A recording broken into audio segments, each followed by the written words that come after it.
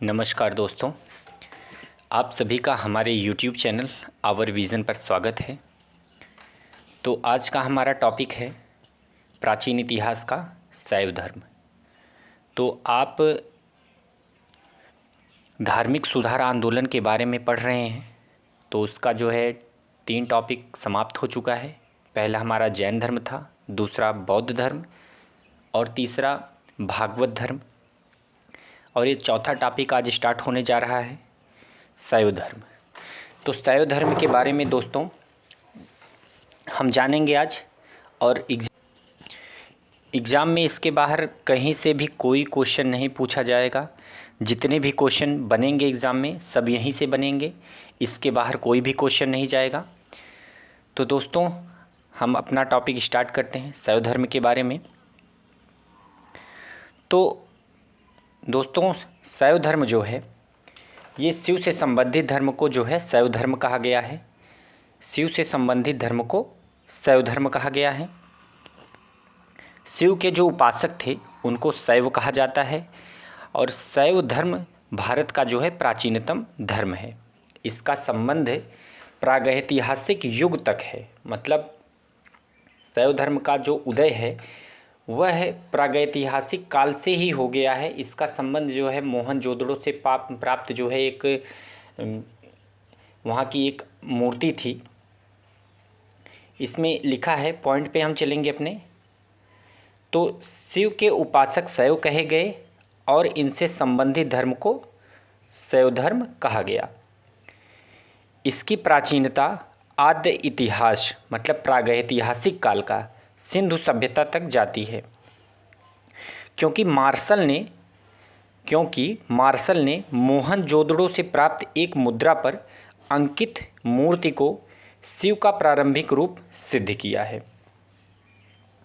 जो इस सिंधु घाटी के सभ्यता के लोग जो थे वो शिव की पूजा करते थे। इसका प्रमाण जो है मोहनजोदड़ो से प्राप्त एक मुद्रा पर है, जिस पर योगी की आकृति बनी है। योगी के सिर पर एक त्रिशूल जैसा आभूषण है। इसमें देखिए, इस वीडियो में आप लोगों को दिख रहा है कि इसमें एक मोहर है, इस पे त्रिशूल जैसी आकृति बनी हुई है। अगर ये वाला एरिया हम देखेंगे तो ये जो मोहर है, मोहर के ऊपर शिव जी की मूर्ति है और उनके सिर पर जो है एक त्रिशूल जैसी आकृति बनी हुई है। तो उसे मार्शल महोदय ने इसे शिव से संबंधित किया है। तो ये मोहनजोदड़ो से प्राप्त हुआ है।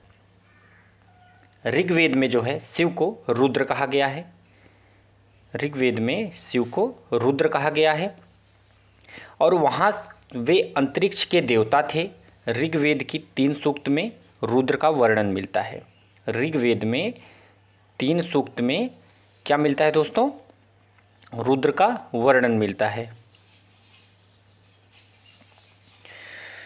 तो उत्तर वैदिक काल में तैत्तिरीय संहिता, इनका नाम शिव प्राप्त होता है। उत्तर वैदिक काल में तैत्तिरीय संहिता से इनका नाम शिव प्राप्त होता है। अथर्ववेद श्वेताश्वर उपनिषद में शिव का एक नाम महादेव मिलता है। जो महादेव नाम हम लोग जानते हैं भगवान शंकर का, वो कहाँ पर मिलता है? अथर्ववेद। जो हमारे वेद हैं 4 ऋग्वेद में, 4 वेद में हमारे पास एक अथर्ववेद है। तो उस अथर्ववेद में श्वेताश्वर उपनिषद में शिव का एक नाम महादेव भी मिलता है। लिंग पूजा का प्रथम उल्लेख मत्स्य पुराण में मिलता है। महाभारत के अनुशासन पर्व में भी लिंग पूजा का उल्लेख है। महाभारत के अनुशासन पर्व में जो है लिंग पूजा का उल्लेख है। शिव की प्राचीनतम मूर्ति 1ली शताब्दी ईस्वी में मद्रास के निकट रेणीगुंटा में प्रसिद्ध है गुड़ी मल्लम लिंग के रूप में प्राप्त हुई है। किस रूप में प्राप्त हुई है दोस्तों? गुड़ी मल्लम लिंग के रूप में प्राप्त हुई है। तो आगे हम देखते हैं समुद्रगुप्त। समुद्रगुप्त कौन थे? ये गुप्त वंश के शासक थे समुद्रगुप्त। तो समुद्रगुप्त के समय प्रयाग प्रशस्ति में शिव की जटा से गंगा नदी निकलने का उल्लेख मिलता है। गंगा नदी निकलने का उल्लेख क्वेश्चन में डायरेक्ट पूछा जा सकता है दोस्तों। जितने भी पॉइंट इसमें कराए जा रहे हैं उससे रिलेटेड डायरेक्ट क्वेश्चन पूछा जाएगा एग्ज़ाम में। जैसे मैं आपको किसी पर एक पॉइंट पर क्वेश्चन बनाकर दिखाता हूँ। जैसे कह दिया पहले ही पॉइंट में अगर हम देखें तो यहाँ से क्वेश्चन बन सकता है।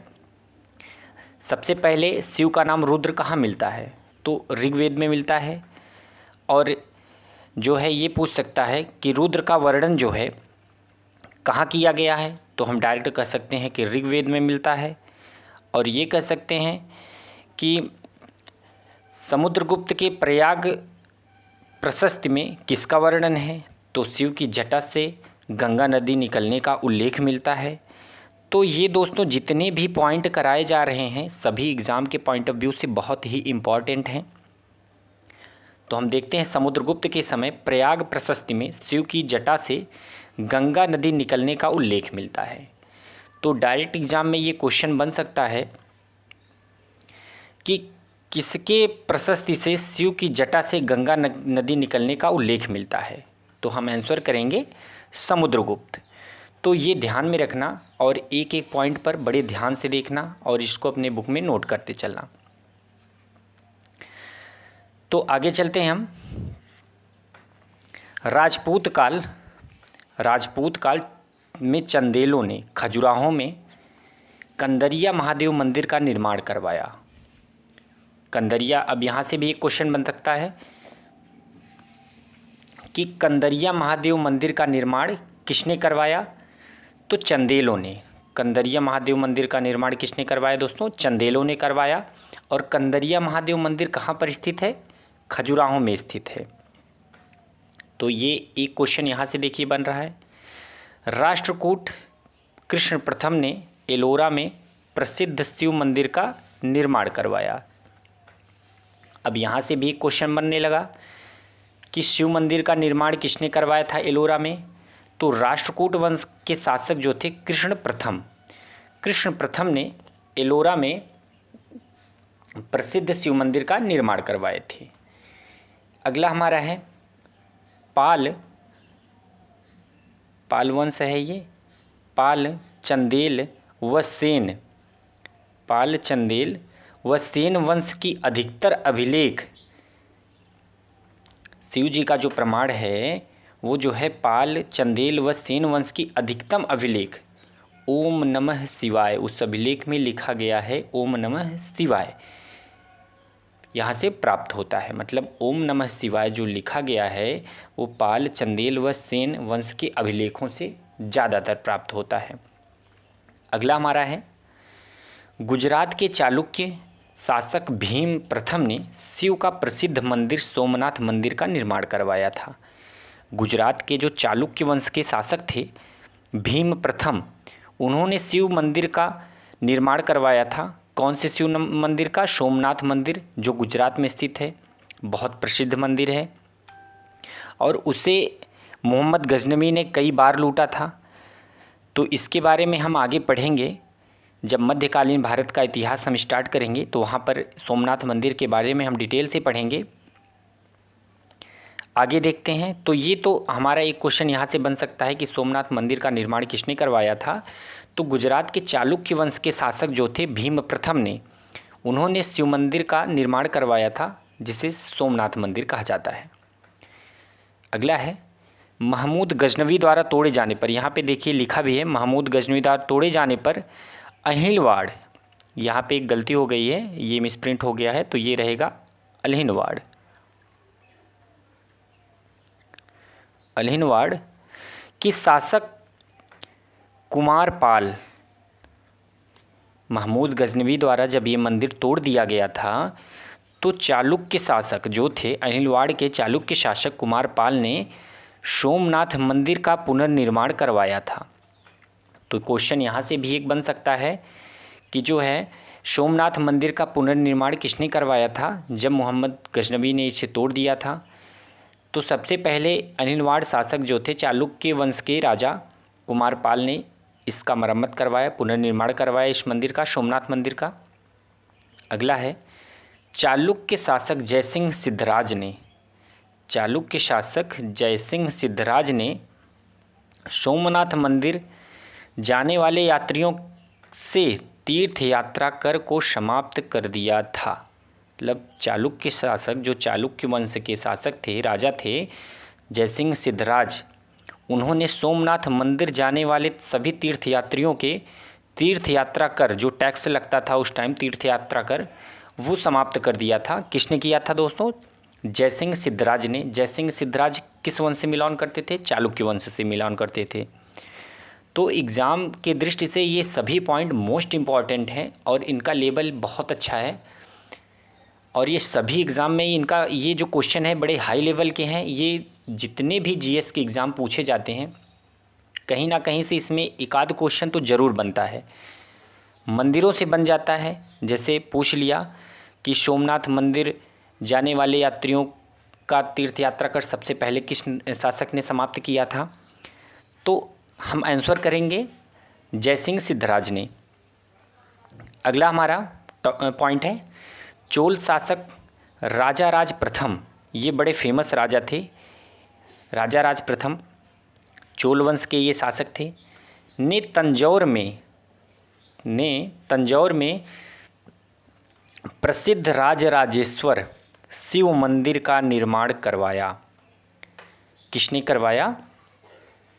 चोल शासक राजा राज प्रथम ने तंजौर में प्रसिद्ध राजराजेश्वर शिव मंदिर का निर्माण करवाया, जिसे बृहदेश्वर मंदिर के नाम से जाना जाता है। बृहदेश्वर मंदिर दोस्तों बड़ा फेमस है। तो इसका निर्माण किसने करवाया था? बृहदेश्वर मंदिर का निर्माण चोल शासक ने करवाया था, वो भी राजा राज प्रथम ने। कहाँ पर स्थित है? तंजौर में। तो यहाँ से क्वेश्चन बहुत सारे बन सकते हैं और सभी क्वेश्चन एग्ज़ाम में पूछे गए हैं। कोई भी ऐसा पॉइंट नहीं है जहाँ से क्वेश्चन पुराने एग्ज़ामों में नहीं बने हैं। जब हम आपको क्वेश्चन कराएंगे, एमसीक्यू वाला पार्ट जब कराएंगे इससे रिलेटेड, तो हम आपको दिखाएंगे कि ये यूपी SSS और यूपी PCS प्री में ये बड़े पैमाने पर क्वेश्चन पूछे गए हैं। एसएससी में भी पूछे गए हैं, जिस एग्ज़ाम में जीएस का पोर्शन आता है। वनडे एग्ज़ाम में भी पूछे जाते हैं।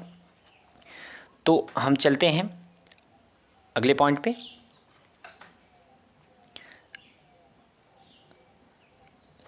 अगला पॉइंट हमारा कुषाण शासकों की मुद्राओं पर शिवनंदी का एक साथ अंकन प्राप्त होता है। कुषाण शासकों की मुद्राओं पर दोस्तों शिव और नंदी का एक साथ अंकन प्राप्त होता है। मुद्रा का मतलब तो आप समझ ही रहे हैं। मुद्रा का मतलब रुपया, वो जो मुहर टाइप में था मुद्रा, तब उस समय में कागज़ का मुद्रा तो चलता नहीं था, मुहर टाइप में रहता था, जैसे आज के ज़माने का सिक्का है। तो उस पर जो है शिव और नंदी का अंकन जो है एक साथ मिलता था। दक्षिण भारत में शिव का नाम विरूपाक्ष प्रचलित था। शिव के 8 रूपों की पूजा होती है और उन्हीं 8 रूपों की अष्टमूर्तियाँ बनती हैं। शिव के 8 रूपों की पूजा होती है और उन्हीं 8 रूपों की अष्टमूर्तियाँ बनती हैं।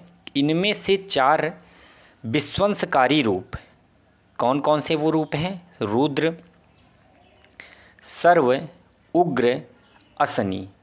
तो ये रूप पूछे जा सकते हैं एग्ज़ाम में। क्वेश्चन बन सकता है कि शिव के 8 रूपों की जो पूजा की जाती है उनमें से 4 विध्वंसकारी रूप कौन कौन से हैं?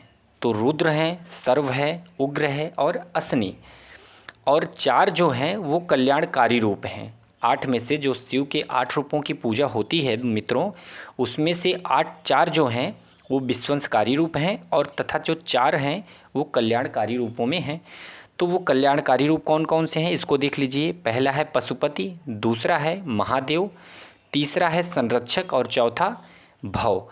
तो 4 जो विध्वंसकारी रूप हैं उसमें से रुद्र, सर्व, उग्र और असनी हैं। और 4 जो हैं कल्याणकारी रूपों में हैं, वो कल्याणकारी रूप हैं पशुपति, महादेव, संरक्षक और भव। ठीक है दोस्तों। तो अगला पॉइंट है हमारा, यह नृत्य के स्वामी आचार्य हैं। मतलब यह नृत्य के स्वामी, जिन्हें आचार्य हम कहेंगे, स्वामी का मतलब आचार्य भी हम कह सकते हैं, यह नृत्य के स्वामी हैं, इसलिए इनको नटराज कहा गया। वो जो इस एग्ज़ाम में एक बार पूछा गया तो दोस्तों यूपी PCS के प्री में ये क्वेश्चन आया हुआ है। उसमें पूछा गया था जो नटराज की मूर्ति है भगवान शिव की, उसे हम क्या कहेंगे। उसमें लिखा हुआ था आचार्य, नर्तक, और ऐसे करके 4 ऑप्शन उसमें दिया गया था, और आयोग ने उसमें जो है आचार्य सही माना था। और इसमें देखिए मैंने पॉइंट में लिखवा भी दिया आपको कि आगे एग्ज़ाम में अगर पूछा जाए तो अब गलती ना हो, उसमें बहुत सारे लोग गलतियां करके आए थे। तो यहाँ पे जो नटराज की मूर्ति है उसे आचार्य कहा गया है, नृत्य के स्वामी मतलब नृत्य के आचार्य कहा गया है, नृत्य के गुरु कहा गया है उनको। यह लगभग 108 प्रकार के नृत्य करते हैं। उनका यह रूप तमिल प्रदेश में विशेष लोकप्रिय है। जो ये नटराज की मूर्ति है दक्षिण भारत में ही इसका निर्माण हुआ था। तो वहाँ के तमिल लोग जो हैं उनके बीच ये नटराज की मूर्ति और ये नृत्य मूर्ति हम कह सकते हैं, ये बहुत ही वहाँ पे लोकप्रिय माना जाता है। उत्तर में कैलाश पर्वत तथा दक्षिण में चिदंबर मंदिर या तिलटाई पर्वत जो है कैलाश के समान माना गया है, पर नृत्य करते हैं। ऐसी मान्यता है कि वे जो है उत्तर में कैलाश पर्वत पर तथा दक्षिण में चिदंबर मंदिर पर, चिदंबर मंदिर को हम तिलटाई पर्वत भी कहते हैं दक्षिण भारत में, जिसे हम कैलाश के समान भी कहा जाता है। वो दक्षिण भारत का कैलाश पर्वत कहा जाता है। चिदंबर मंदिर जहाँ पर स्थित है किस पे है, तिलटाई पर्वत पर। तिलटाई पर्वत को कैलाश पर्वत के समान माना गया है। वहीं पे एक चिदंबर मंदिर है दक्षिण भारत में, तो वहाँ पर वो नृत्य करते हैं, ऐसी मान्यता है लोगों का। अगला पॉइंट है, दक्षिण भारत में शिव की मूर्तियाँ प्रायः चतुर्भुज आकार में बनी हैं। दक्षिण भारत में शिव की मूर्तियाँ प्रायः चतुर्भुज आकार में बनी हैं। वहाँ शिव की पत्नी मीनाक्षी को माना गया है। हम लोग देखते हैं शिव की पत्नी जो है पार्वती जी को माना गया है, तो पार्वती जी को ही वहाँ पे दक्षिण भारत में मीनाक्षी कहा गया है। क्या कहा गया है, वहाँ शिव की पत्नी मीनाक्षी को माना गया है, जो मदुरा के पांड्य देश के शासक की पुत्री थी। ये पांड्य नहीं रहेगा दोस्तों, ये पांड्य रहेगा, पांड्य। तो पांड्य देश के शासक की पुत्री थी। कालांतर में गुप्त युग में हरिहर, जो आज के टाइम में हम हरिहर कहते हैं भगवान शिव को ही नहीं, हम शिव और विष्णु दोनों भगवान को मिलाकर हम हरिहर कहते हैं। हरि किसको कहते हैं, हरि हम कहते हैं भगवान शिव को, हर कहते हैं हम विष्णु को। तो कालांतर में जो है गुप्त युग में हरिहर शब्द एक निकल कर आया, जिसे हम भगवान विष्णु और शिव से प्रदर्शित करते हैं। तो कालांतर में गुप्त युग में हरिहर की संकल्पना आई, जिसे हम भगवान विष्णु और शिव के नाम से हम जानते हैं। अगला पॉइंट हमारा है,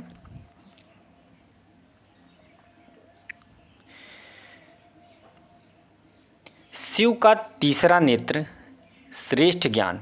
हम शिव जी की मूर्ति देखे होंगे, 2 आँखों के बाद भी एक तीसरी आँख इधर ऊपर माथे पे बीच में रहती है। तो शिव का तीसरा नेत्र श्रेष्ठ ज्ञान व दूरदर्शिता का प्रतीक है। यह पिनाक नामक धनुष, मतलब कौन, भगवान शिव, ये पिनाक नामक धनुष एवं शूल नामक वज्र धारण करते हैं। कौन, भगवान शिव जो है पिनाक नामक धनुष धारण करते हैं और शूल नामक वज्र धारण करते हैं। शिव के रौद्र रूप को प्रसन्न करने के लिए सुलगव, क्या है दोस्तों, सुलगव यज्ञ किया जाता है। भगवान शिव के रौद्र रूप को प्रसन्न करने के लिए सुलगव यज्ञ किया जाता है। कौन सा यज्ञ किया जाता है, सुलगव यज्ञ किया जाता है। शिव एवं पार्वती का नाम तैत्तिरीय आरण्यक में मिलता है। शिव और पार्वती का नाम का उल्लेख जो है तैत्तिरीय आरण्यक में भी मिलता है दोस्तों, ये ध्यान रखना। बाज संहिता एवं तैत्तिरीय में अंबिका को रुद्र की भगिनी बताया गया है। शिव के दो पुत्र, एक कार्तिकेय थे, एक भगवान गणेश थे। तो बाज संहिता एवं तैत्तिरीय में अंबिका जी को रुद्र की भगिनी बताया गया है और जो है शिव के दो पुत्र थे। कौन कौन थे? एक तो भगवान कार्तिकेय थे और दूसरे भगवान गणेश हैं। तो सबसे पहले हम कार्तिकेय भगवान के बारे में देखते हैं। इनको देवताओं का सेनापति एवं युद्ध का देवता कहा जाता है। कार्तिकेय भगवान को क्या कहा जाता है, क्यों प्रसिद्ध हैं ये देवताओं के सेनापति और युद्ध के देवता माने जाते हैं। कार्तिकेय का तादात्म्य दक्षिण के लोकप्रिय देवता मुरुगन से प्राप्त होता है। जो दक्षिण के देवता है, एक लोकप्रिय देवता है मुरुगन, वो एक पर्वत के देवता हैं मुरुगन। तो मुरुगन के रूप में ही कार्तिकेय भगवान को माना जाता है दक्षिण में। मुरुगन मूल रूप से एक पर्वत देवता था जिसकी पूजा बच्चनलियन नृत्य द्वारा होती थी। कौन सी नृत्य? बच्चनलियन। ये पीसीएस प्री के एग्ज़ाम में पूछा गया है कि किसकी पूजा बच्चनलियन नृत्य द्वारा होती थी। तो इसका आंसर जो है मुरुगन दिया हुआ था, तो मुरुगन आपका इसमें सही आंसर हो जाता। बहुत सारे लोग इसको गलत करके आए थे दोस्तों। उनकी माता कौरवई थी। उनकी माता का नाम कौरवई थी। जो कार्तिकेय थे उनकी माता का नाम दक्षिण भारत में मिलता है कौरवई।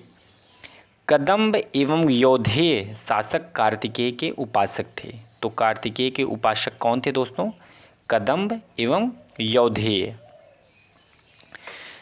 अब गणेश भगवान के बारे में जान लेते हैं। गणेश भगवान, इनको मंदिर का देवता और बुद्धि का देवता माना जाता था।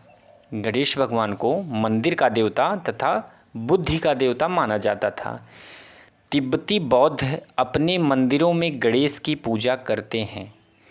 तिब्बती बौद्ध जो हैं, बौद्ध धर्म के जो लोग हैं, तिब्बत के रहने वाले, वो अपने मंदिरों में गणेश जी की पूजा करते हैं।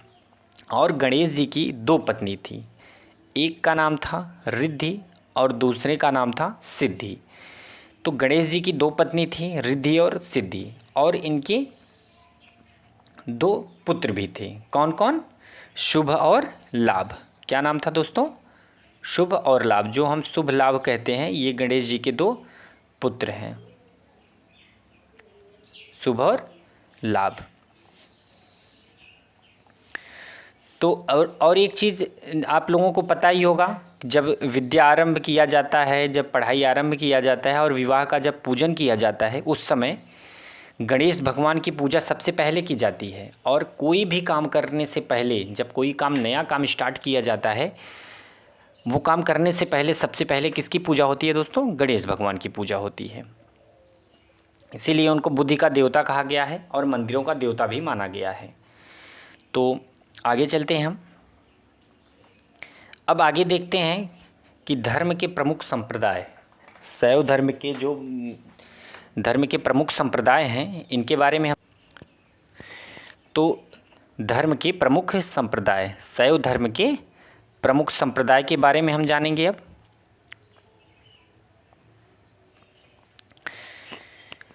तो वामन पुराण में शैव धर्म के प्रमुख संप्रदाय, यहाँ पे थोड़ी सी गलती हो गई है, यहाँ पे शैव रहेगा, ठीक है, अब सही है। शैव धर्म के प्रमुख संप्रदाय, शैव धर्म से कौन कौन से संप्रदाय मिलान करते हैं, इसके बारे में हम देख लेते हैं। वामन पुराण में शैव धर्म की संख्या 4 बताई गई है। वामन पुराण में शैव धर्म की जो संख्या है वो 4 बताई गई है। वो कौन कौन से हैं? एक है शैव, दूसरा पशुपत, कापालिक और कालामुख। ये 4 संप्रदाय जो हैं शैव धर्म से संबंधित हैं, जो वामन पुराण में बताए गए हैं। और दोस्तों एक चीज़ और हम जान लेते हैं कि शैव धर्म से संबंधित जो है, देश के कई हिस्सों में 12 ज्योतिर्लिंग हैं, मतलब 12 ज्योतिर्लिंग स्थापित हैं शैव धर्म से संबंधित जो हैं। वो कौन कौन से हैं उसका नाम हम लास्ट में जानेंगे, वीडियो के लास्ट में हम बताएंगे आप लोगों को वह कौन कौन से हैं और कहाँ कहाँ पर स्थित हैं। ठीक है, तो अभी हम आगे पढ़ते हैं इसको। तो सबसे पहले हम देखेंगे पाशुपत संप्रदाय। तो पाशुपत संप्रदाय पहले हम देखेंगे, यहाँ इसको हेडिंग में डालना था, इसको हेडिंग बना लेना अपने बुक में सब लोग। पाशुपत संप्रदाय यह शैवों का सबसे प्राचीन संप्रदाय है। पाशुपत संप्रदाय जो है ये शैव लोगों का सबसे प्राचीन संप्रदाय है। यहाँ से क्वेश्चन बन सकता है कि जो शैव धर्म का सबसे प्राचीन संप्रदाय कौन सा है, तो पाशुपत संप्रदाय जो है शैव धर्म का सबसे प्राचीन संप्रदाय है। इसकी उत्पत्ति जो है ईसा पूर्व दूसरी शताब्दी में हुई। वायु पुराण और लिंग पुराण से पता चलता है कि इस संप्रदाय का संस्थापक लकुलिस नामक एक ब्रह्मचारी था। कौन था दोस्तों? पाशुपत संप्रदाय के जो संस्थापक हैं उनका नाम क्या है? लकुलिस। लकुलिस को ही जो है शिव का अवतार माना जाता है। ये जो है पाशुपत संप्रदाय के जो अनुयायी हैं इनकी मान्यता है कि लकुलिस ही जो है वो शिव हैं और इनका एक और नाम था लकुली। ठीक है, लकुलिस का एक और नाम था लकुली। तो इस संप्रदाय का संस्थापक लकुलिस नामक एक ब्रह्मचारी था। इनका जन्म स्थान कायावरुण गुजरात में। कहाँ पर लकुलिस जी का जन्म कहाँ पे हुआ था दोस्तों? कायावरुण गुजरात में। इस संप्रदाय के लोग हाथ में एक लंगुड़ या हम उसे दंड कह सकते हैं धारण करते थे। लकुलिस की अनेक मूर्तियां प्राप्त हुई हैं जिनमें एक ग्वालियर के तेली मंदिर में है। पुराने समय में जो लकुलिस की मूर्तियां बनी हुई थी वो ग्वालियर के एक तेली मंदिर में स्थित है। अगला पॉइंट देखते हैं। इस संप्रदाय का प्राचीनतम अंकन कुषाण शासक, कौन शासक? कुषाण वंश के। इस संप्रदाय का प्राचीनतम अंकन कुषाण शासक के सिक्कों पर पाशुपत संप्रदाय का सर्वप्रथम उल्लेख मिलता है। अगला पॉइंट, चंद्रगुप्त द्वितीय कालीन मथुरा लेख में उदिताचार्य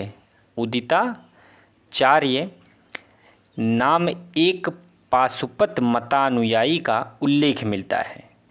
पाशुपत मतानुयायी का उल्लेख जो है मथुरा के लेख में उदिताचार्य नामक एक पाशुपत मतानुयायी थे, उनका नाम क्या है इसमें? उदिताचार्य।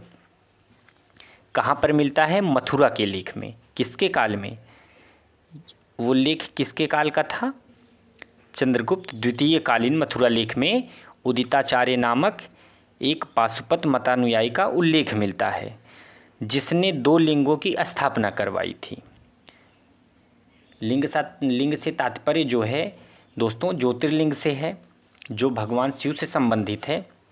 उसकी स्थापना जो है 2 लिंगों की स्थापना किसने करवाया था?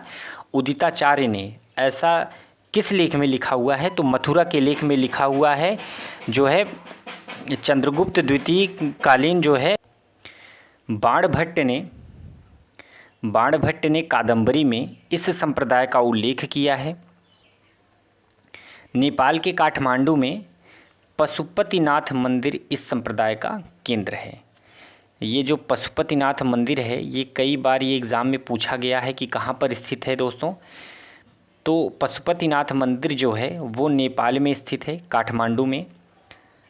और इस संप्रदाय का जो उल्लेख है, पाशुपत संप्रदाय का उल्लेख जो है वो बाणभट्ट ने उनकी एक रचना है कादंबरी, उसमें किया है बाणभट्ट ने पाशुपत संप्रदाय का उल्लेख। तो आगे चलते हैं हम।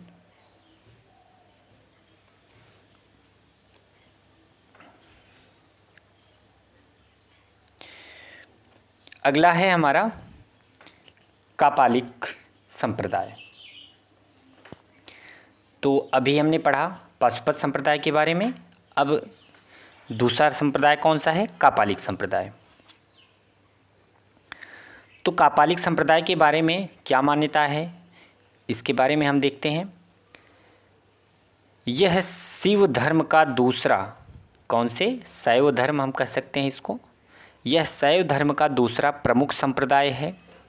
इसकी उपासक भैरव को शिव का अवतार माना जाता है। ठीक है, इसकी उपासक जो है, इसके जो उपासक हैं, कापालिक संप्रदाय के जो उपासक हैं, वो लोग भैरव जी को शिव का अवतार मानकर उनकी उपासना करते थे। ठीक है, इस मत के अनुयायी, इसमें इस मत हो गया है, अब सही है। इस मत के अनुयायी सुरा सुंदरी का सेवन करते हैं, मांस खाते हैं तथा नरमुंड धारण करते हैं। नरमुंड का मतलब यही है कि वो जो जब आदमी मर जाता है तो उसकी जो खोपड़ी की हड्डियां होती हैं, कंकाल तंत्र होता है जो खोपड़ी का, वही नरमुंड होता है। तो नरमुंड धारण करते थे कौन? जो कापालिक संप्रदाय के लोग थे। उस कापालिक संप्रदाय के जो मानने वाले लोग थे वो जो है सुरा सुंदरी का सेवन करते थे, मांस खाते थे तथा नरमुंड धारण करते थे। भवभूति के मालती माधव नाटक से पता चलता है कि श्री शैल नामक स्थल कापालिकों का प्रमुख केंद्र था। तो कापालिकों का प्रमुख केंद्र कौन है, कहाँ पर है? श्री शैल नामक स्थल। श्री शैल नामक स्थल कापालिकों का प्रमुख केंद्र है। और कहाँ से इस प्रमाण की प्राप्ति कहाँ से होती है? भवभूति के मालती माधव नाटक से। ठीक है, भवभूति के मालती माधव नाटक से पता चलता है कि श्री शैल नामक स्थल कापालिकों का एक प्रमुख केंद्र था। अब हम तीसरे संप्रदाय पर चलते हैं। तीसरा संप्रदाय जो है कालामुख संप्रदाय। कालामुख संप्रदाय का शाब्दिक अर्थ है काली मुख वाले। कालामुख संप्रदाय का जो शाब्दिक अर्थ है उसका अर्थ है काली मुख वाले। इस संप्रदाय के अनुयायी आदिवादी व भयंकर प्रवृत्ति के थे। अतिमार्गी होने के कारण ही शिव पुराण में उन्हें महाव्रतधर कहा गया है। क्या कहा गया है? शिव पुराण में उनको महाव्रतधर कहा गया है। इस संप्रदाय के लोग नर कपाल में जलपान करते हुए शरीर पर भस्म लगाते थे। अब ये जो है नरमुंड धारण करना कापालिक संप्रदाय का काम था। और कालामुख संप्रदाय का काम क्या था कि वो नर कपाल में नरमुंड जो वो धारण करते थे। आप लोग देखे होंगे बहुत सारे साधु होते हैं जो काला कपड़ा पहन के निकलते हैं और गले में खोपड़ी की जो हड्डियां होती हैं वो लटकाए रहते हैं माला की तरह। तो वो नरमुंड जो धारण करते हैं वो कापालिक संप्रदाय के होते हैं।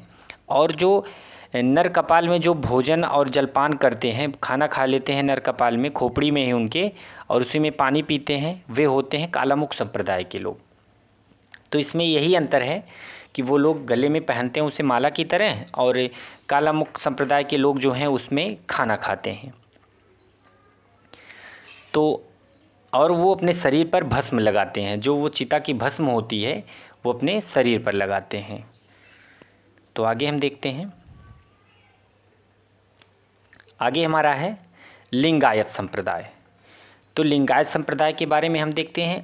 पहले हमने 3 संप्रदाय देखा, कौन कौन सा? पाशुपत संप्रदाय, कापालिक संप्रदाय और कालामुख संप्रदाय हमने देखा। अब है लिंगायत संप्रदाय, चौथा हमारा। तो दक्षिण भारत में शैव धर्म का प्रचार प्रसार वीर शैव या लिंगायत के रूप में हुआ। मतलब लिंगायत संप्रदाय को क्या कहते हैं? वीर शैव भी उनका एक उपनाम है। लिंगायत संप्रदाय को वीर शैव संप्रदाय भी कहा जाता है। इस संप्रदाय के उपासक शिवलिंग की आराधना करते थे एवं उसे चांदी के संपुट में रखकर अपने गले में धारण करते थे।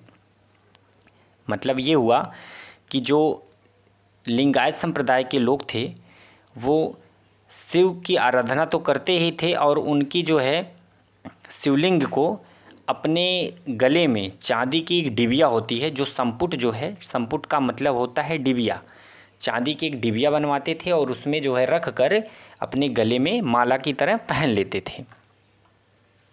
इस संप्रदाय के प्रवर्तक कल्याणी के शासक कलचूरी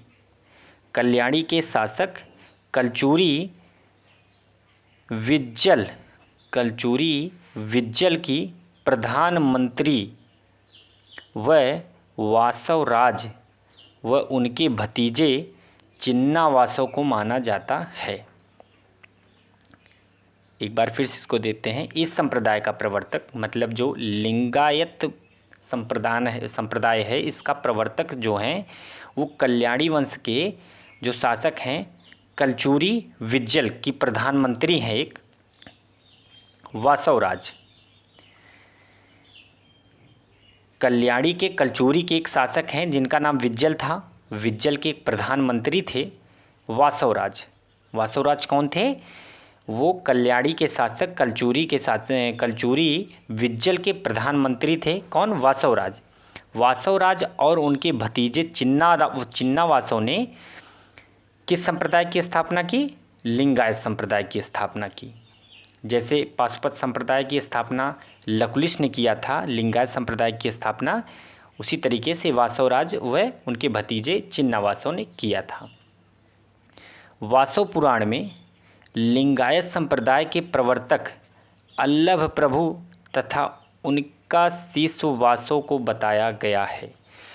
और जबकि ये तो मान्यता है कि जो विज्जल के प्रधानमंत्री वासवराज व उनके भतीजे चिन्नावासव को माना जाता है, ये तो माना जाता है, ये मान्यता है। लेकिन वासव पुराण में लिंगायत संप्रदाय के प्रवर्तक उसमें जो उल्लेख है वो अल्लभ प्रभु तथा उनकी शिष्य वासव को बताया गया है। और भी इसकी अलग मान्यता है इतिहासकारों के। कुछ इतिहासकार एकांत रमैया को इस संप्रदाय का संस्थापक मानते हैं। तो अलग अलग इतिहासकारों का अपना अलग अलग मत है।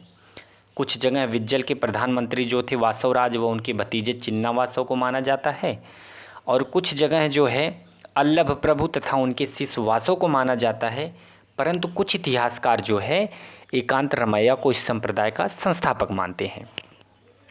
तो चलिए, कहीं से भी क्वेश्चन पूछ सकता है। सभी चीज़ हमने पॉइंटों से बहुत बढ़िया से डिटेल में समझा दिया है। इसके बाहर इस टॉपिक से कभी कोई क्वेश्चन नहीं पूछा जा सकता। तो हम आगे चलते हैं। आगे वो तो 4 संप्रदाय हो गए। एक संप्रदाय और है इसमें, कश्मीरी शिव संप्रदाय, कश्मीरी शैव संप्रदाय।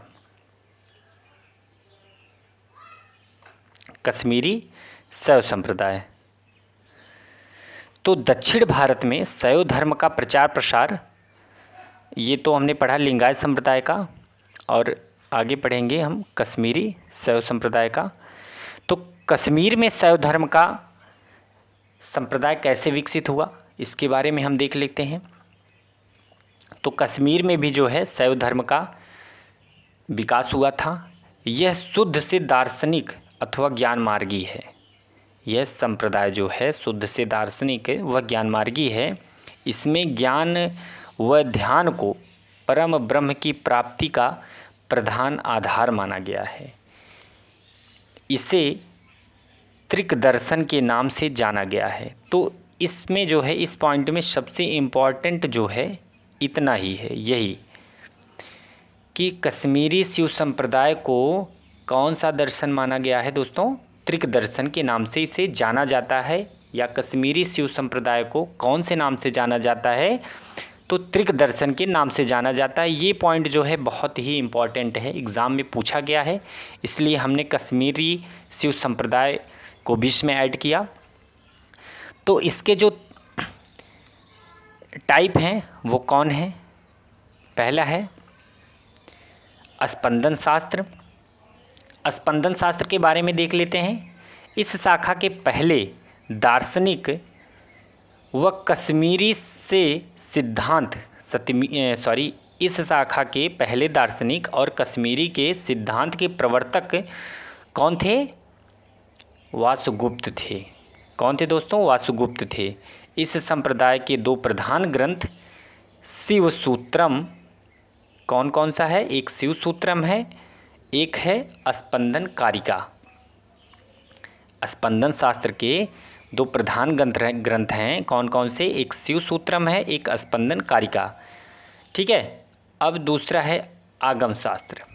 आगम शास्त्र जो संप्रदाय है उसके बारे में थोड़ा देखते हैं। ये स्पंदन शास्त्र और आगम शास्त्र जो हैं वो कश्मीरी शैव संप्रदाय के ही पार्ट हैं। ठीक है।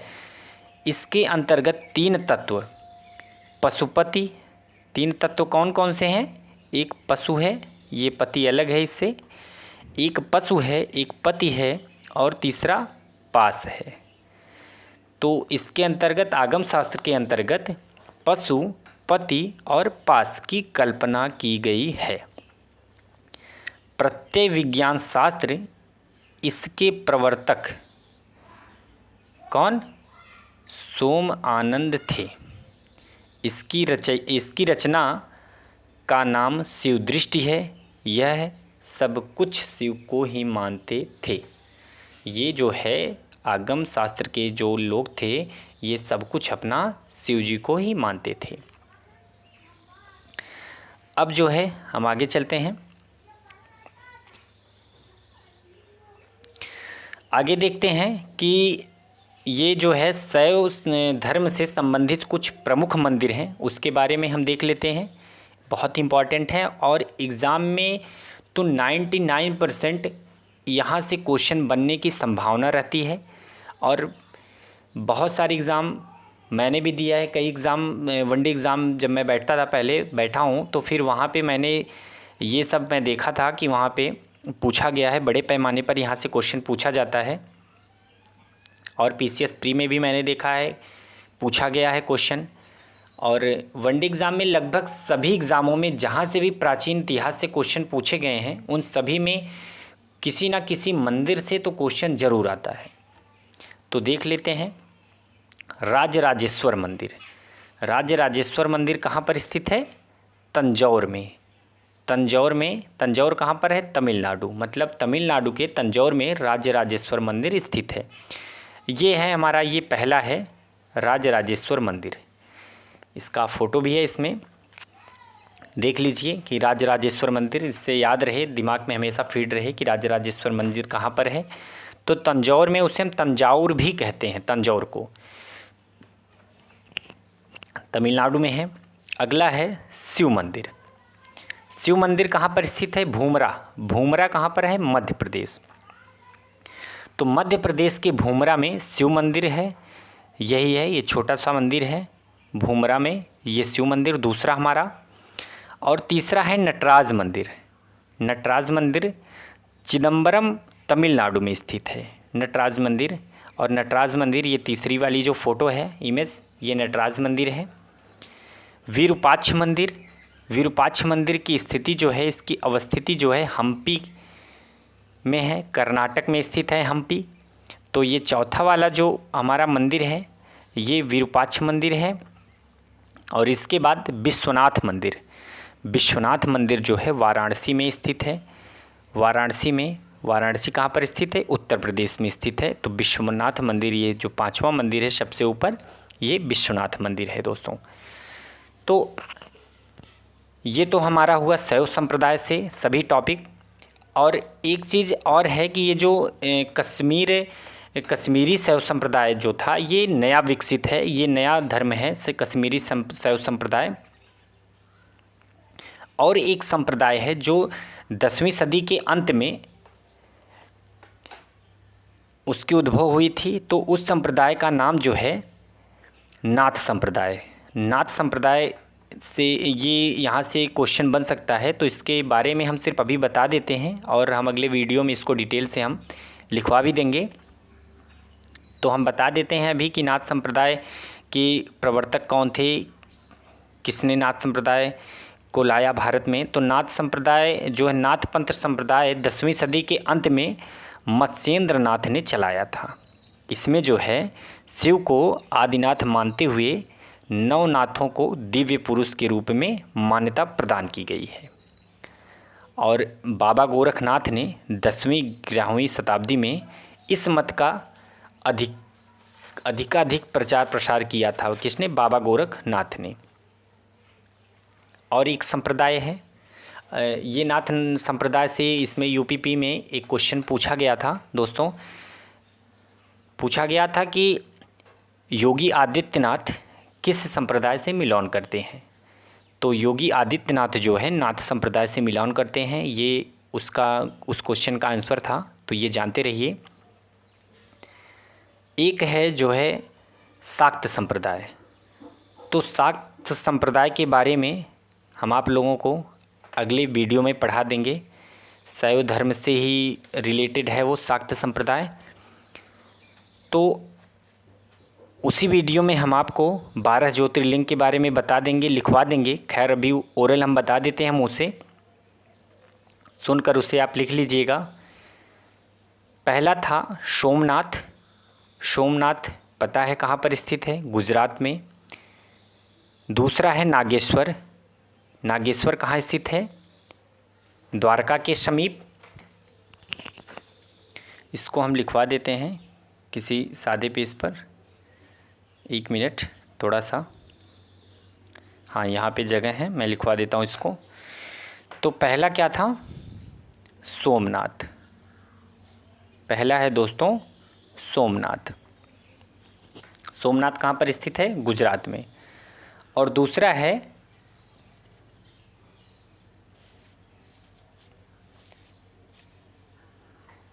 क्या है? नागेश्वर। नागेश्वर दूसरा है नागेश्वर। और तीसरा है केदारनाथ। केदारनाथ। और चौथा कौन है दोस्तों? विश्वनाथ, जिसे हम कहते हैं काशी विश्वनाथ। तो विश्वनाथ कहाँ पर स्थित है? काशी में, वाराणसी में। और पांचवा है वैद्यनाथ। पांचवा कौन है? वैद्यनाथ। और छठा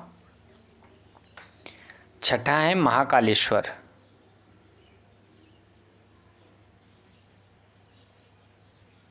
महाकालेश्वर। और सातवां कौन है?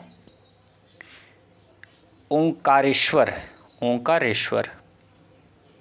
ओंकारेश्वर।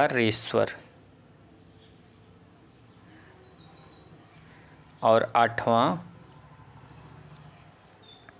कौन है? भीमेश्वर। भीमेश्वर कहाँ पर स्थित है? भीमेश्वर लिख लेना, ये नासिक में स्थित है। और ओंकारेश्वर जो है मध्य प्रदेश में स्थित है। महाकालेश्वर जो है उज्जैन में स्थित है। विश्वनाथ काशी में स्थित है। और सोमनाथ गुजरात में। और अगला है 8 हो गए। 9वां हमारा है त्र्यंबकेश्वर। क्या है? त्र्यंबकेश्वर। त्र्यंबकेश्वर कहाँ पर स्थित है? त्र्यंबकेश्वर नासिक में स्थित है ये भी। और 10वां है दोस्तों घुसमेश्वर। 10वां है आपका घुसमेश्वर।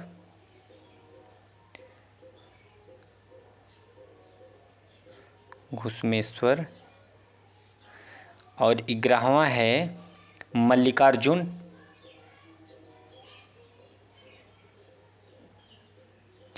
मल्लिकार्जुन। और 12वां है आपका रामेश्वर। मल्लिकार्जुन कहाँ पर स्थित है? आंध्र प्रदेश में। और घुमेश्वर भी आंध्र प्रदेश में स्थित है। 12वां है रामेश्वर। तो ये आपके 12 ज्योतिर्लिंग हुए। तो आज के लिए बस इतना ही दोस्तों। अगर वीडियो अच्छा लगा हो तो आप लाइक करिए, सब्सक्राइब करिए और शेयर करिए। धन्यवाद।